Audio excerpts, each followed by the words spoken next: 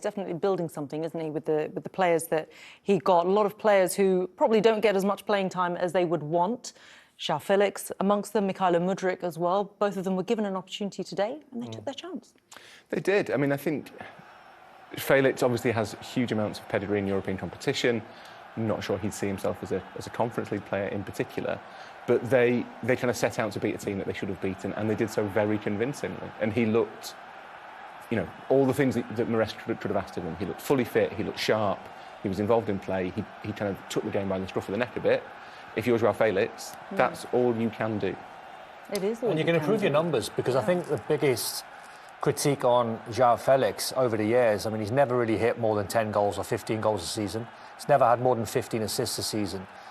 For the talented player that he is, his numbers should be a lot better, and Chelsea should be winning this competition hands down. The dynamic, and I go back to when I was playing, not so much in European football, but domestic football, if you're being drawn in cup competitions and you're not a regular first-team player in the Premier League, is when the manager delivers that team talk tonight, I guarantee that Maresca would have said to the players, show me which players I should be picking against Newcastle at the weekend. Sometimes it can be demoralising if you're Dewsbury Hall, if you're Mudryk, if you are Joao Felix, and you play tonight and you play well, but you know in the back of your mind you're not playing in the Premier League. That takes a good level of professionalism to try and still play well for Chelsea tonight, and they did.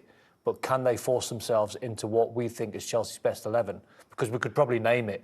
And a lot of these players who are on the fringes are performing, but at the same time, when you're not guaranteed a place in the Premier League, it can be disheartening. Can be disheartening. And do you know what? We're going to come back to that in a second, but I just want to talk to you about Christopher Nkunku as well, because, you know, Joao Felix was an unused sub in the last game. Mudryk, he didn't even make the squad. And Christopher Nkunku is someone who also falls into that category of just having to be patient. Yeah, it's a slightly different situation, isn't it? Because Nkunku came in and basically Chelsea waited for him all of last season because of the injury problems. Yes, of course, that's and true. That has kind of set him back, I think. But if you looked at his numbers, that's 8 goals and assists this season, which is a good return anyway, but in 508 minutes, which is really not very many. He is undeniably an effective player. The slight problem with that statistic, and to quote Homer Simpson, you can prove anything with facts, but the problem with that statistic is the quality of opposition that Nkunku's playing against. Yeah. And I think that's the issue that Maresca's got, that you've got this sort of special Conference League squad, but the quality of teams they're playing, that's not enough to make him think, OK, I'm going to drop Noni Madueke on the weekend because you've done really well in the Conference League, because the gap in quality is too high. I think that's the issue. Stats could be misleading. I don't want to say he's stat padding, but there's an element of that around Nkunku. You can do brilliantly in the Conference League. Please lose the Don balloon. doesn't like the balloon. I hate the balloon. OK. Yeah. OK, well, we will. But He's quite angry about it. He's been talking about it, hasn't he, the whole time in the green room. You touched on it a little bit, Don, about, you know, how do you keep the players happy when there is that gap? Because the players aren't stupid.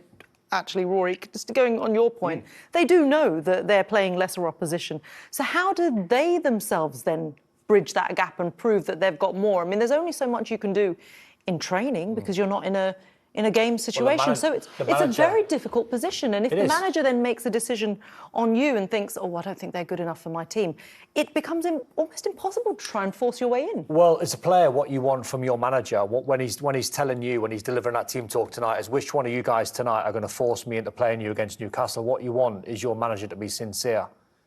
Over the years, when a manager's just saying it because it's natural football speak for a manager to say to his players to motivate them on the night, if it's not sincere, you can then take that onto the pitch and you might perform, you might not. I get the feeling with the Maresca, though.